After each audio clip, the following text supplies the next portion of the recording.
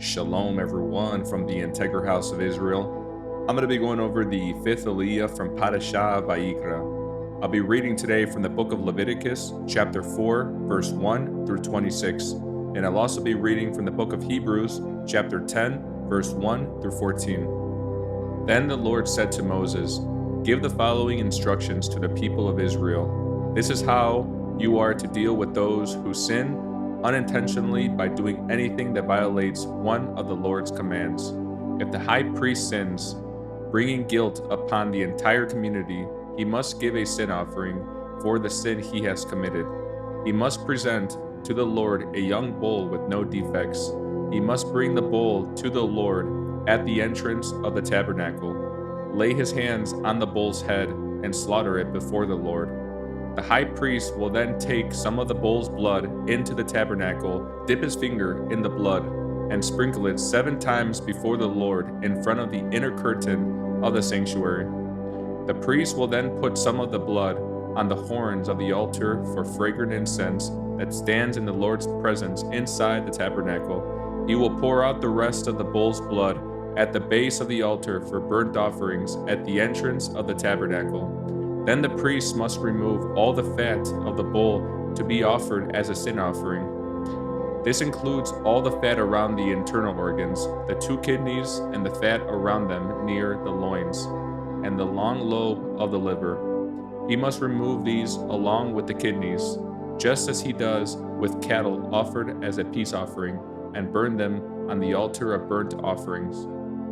But he must take whatever is left of the bull, its hide, meat, head, legs, internal organs, and dung, and carry it away to a place outside the camp that is ceremonially clean, the place where the ashes are dumped. There, on the ash heap, he will burn it on a wood fire.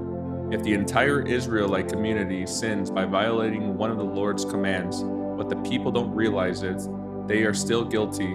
When they become aware of their sin, the people must bring a young bull as an offering for their sin and present it before the tabernacle. The elders of the community must lay their hands on the bull's head and slaughter it before the Lord. The high priest will then take some of the bull's blood into the tabernacle, dip his finger in the blood, and sprinkle it 7 times before the Lord in front of the inner curtain.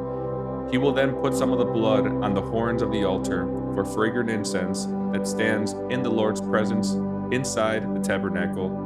He will pour out the rest of the blood at the base of the altar for burnt offerings at the entrance of the tabernacle. Then the priest must remove all the animal's fat and burn it on the altar, just as he does with the bull offered as a sin offering for the high priest. Through this process, the priest will purify the people, making them right with the Lord, and they will be forgiven. Then the priest must take what is left of the bull and carry it outside the camp and burn it there, just as is done with the sin offering for the high priest.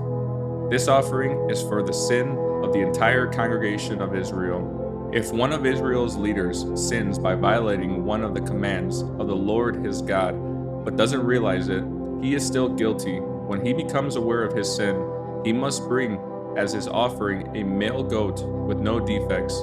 He must lay his hand on the goat's head and slaughter it at the place where burnt offerings are slaughtered before the Lord. This is an offering for his sin. Then the priest will dip his finger in the blood of the sin offering and put it on the horns of the altar for burnt offerings. He will pour out the rest of the blood at the base of the altar. Then he must burn all the goat's fat on the altar, just as he does with the peace offering. Through this process, the priest will purify the leader from his sin, making him right with the Lord, and he will be forgiven.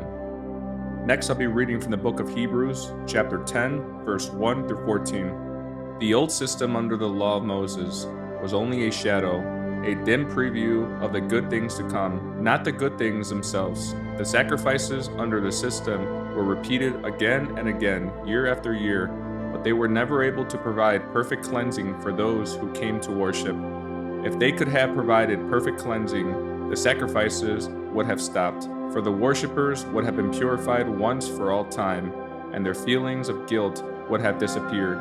But instead, those sacrifices actually reminded them of their sins year after year. For it is not possible for the blood of bulls and goats to take away sins. That is why, when Christ came into the world, he said to God, "You do not want animal sacrifices or sin offerings, but you have given me a body to offer.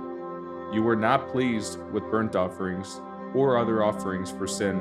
Then I said, "Look, I have come to do your will, O God, as is written about me in the scriptures." First, Christ said, "You did not want animal sacrifices or sin offerings or burnt offerings or other offerings for sin, nor were you pleased with them, though they were required by the law of Moses." Then he said, "Look, I have come to do your will." He cancels the first covenant in order to put the second into effect. For God's will was for us to be made holy by the sacrifice of the body of Yeshua HaMashiach once for all time. Under the old covenant, the priest stands and ministers before the altar day after day, offering the same sacrifices again and again, which can never take away sins.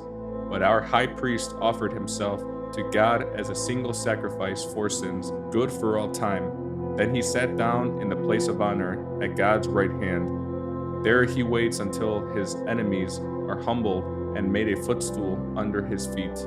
For by that one offering he forever made perfect those who are being made holy.